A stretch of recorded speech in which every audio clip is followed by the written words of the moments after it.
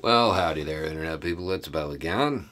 So, today we're going to talk about an analysis that the BBC put together and what it can help us forecast when we go through it. Now, I'll go ahead and tell you, even though it's BBC, I was only able to find the article in Russian. It'll be down below, but you're going to have to use the translate for it if you want to read it. There's more in it than what I'm going to go over. It's pretty interesting. Okay, so what's the analysis of? Russian lost. The analysis is of Russian lost. Their admitted numbers and information. Okay? At the time of the analysis, Russia admits that it had lost 1,351 people in Ukraine.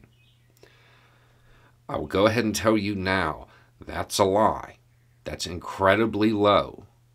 Most conservative estimates right now put that number above 10,000. 1,351 does not even cover the crews to the vehicles that there are photos of that were destroyed. It doesn't even cover that.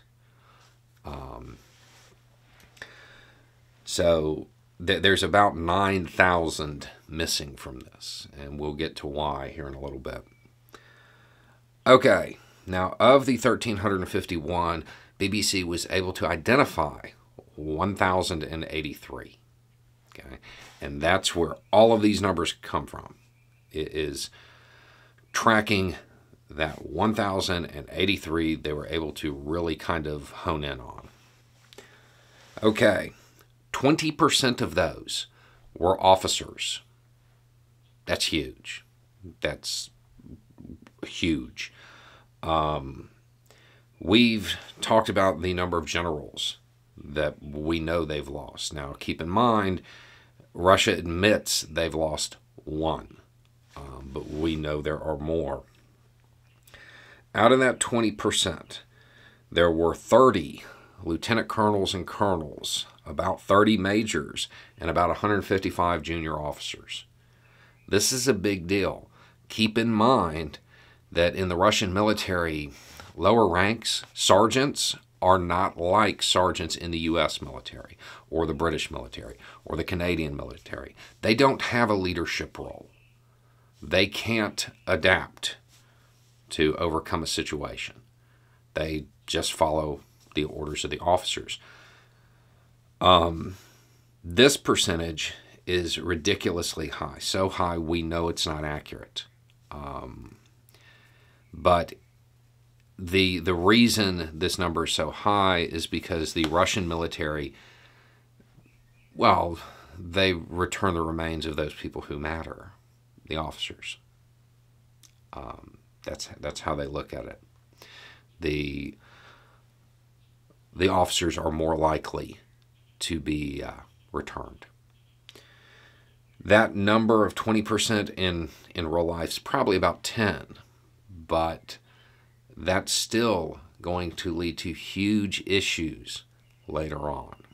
And it's because of where those officers are coming from. Okay, so out of that 1,083, 15% were paratroopers. These are the highly trained, the highly motivated. 15% were paratroopers. On top of that, there were 25 that were special operations.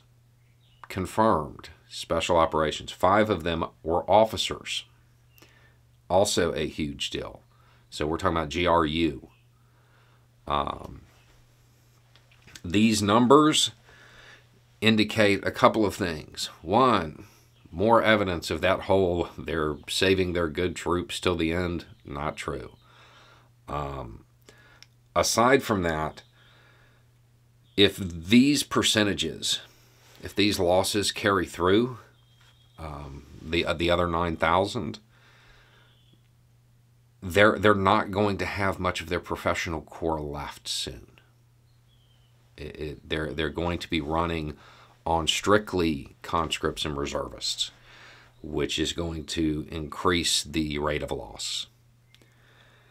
Something that isn't surprising, 80% of those lost came from economically depressed or semi-depressed areas. If there's one thing that's true pretty much everywhere, it's just another poor boy off to fight a rich man's war. They have certainly embraced that part of capitalism pretty well. An interesting thing to note is that there are no lost from Moscow. None. None. This is more evidence that they're hiding the real numbers. What it appears is going on is they are releasing the numbers to make it seem real, but they are focusing on those in the areas that don't have any power, the poor areas. They're releasing those numbers because those numbers, if they upset people in those areas, well, they don't have any power. They can't threaten Putin's rule. This idea of releasing it like this and drastically undercounting, this would have worked if it had been over in a week, 2 weeks. These numbers are adding up. The rate of loss is far exceeding what they're telling the people at home. At some point, mothers and wives are going to wonder where their sons and husbands are. And by conservative estimates, there's about 9,000 that don't have a clue. It is common for Russian troops to leave remains behind, so much so that Ukraine has offered to return them at times. There have been issues in actually working that out, though. So, what does this tell us? What can we really pull away from it? They're going to suffer a leadership drain. They're going to have an issue controlling their military and getting it to go where they want it to, beyond the communication issues they've had thus far. They're going to have problems getting troops to enact basic tasks because, again, they don't have an NCO corps. They don't have non-commissioned officers. Sergeants are not like they are in Western militaries. They don't have any real leadership skills or leadership responsibility. They may have the skills. But the way the Russian military is structured, the way it works, the orders come down, the junior officers are expected to enact them. And the troops are to follow those orders. When you are losing officers at this rate, even half of this rate, which is probably what it is, you're going to have trouble executing the maneuvers that they're going to need when it comes to relaunching their offensive. You're going to be relying on a bunch of brand new officers who don't have a clue. Ask anybody in the military, the most dangerous thing in the world is a second lieutenant with a compass. So that's going to probably cause issues throughout the war now for them. The paratroopers, if this rate holds through, it doesn't render them combat ineffective. They're still going to be around. They'll still be making moves, and that's pretty much who they're going to have to rely on. But those numbers are dwindling. If they're taking that kinds of hits, if they continue to take those kinds of hits, they won't have them to fall back on either. It's worth noting that half of this of the paratroop losses are probably from that very well-planned airdrop. The special operations losses are interesting because, in theory, you wouldn't expect many of those at all. For them to have this many in such a small sample indicates they're relying on them pretty heavily, and they don't have the support they need. One thing that, even with how far off a lot of Western estimates were as far as warfighting capability, their special operations were trained. So what this probably indicates is that they're relying on them to engage in things that aren't special, on just basic tasks. So they're suffering more hits than you would typically expect.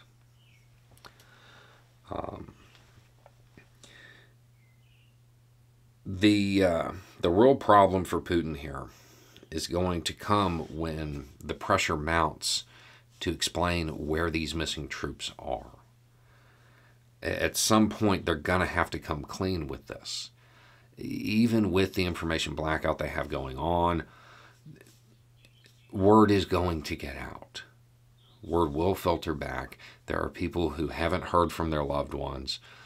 And eventually, this is the type of thing that could cause a lot of discontent back home.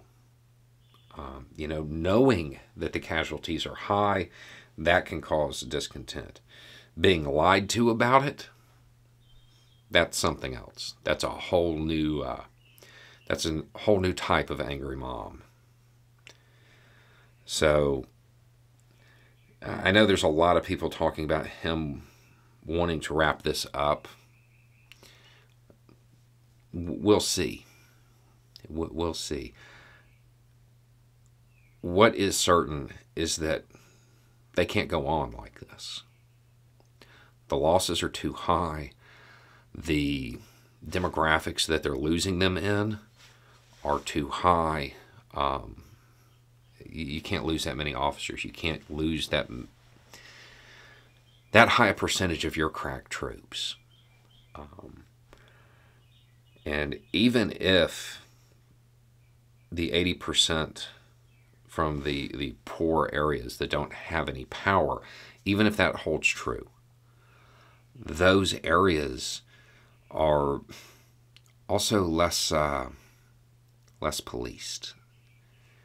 And those are areas within Russia where you could see real civil disobedience start to break out. Anyway, it's just a thought. Y'all have a good day.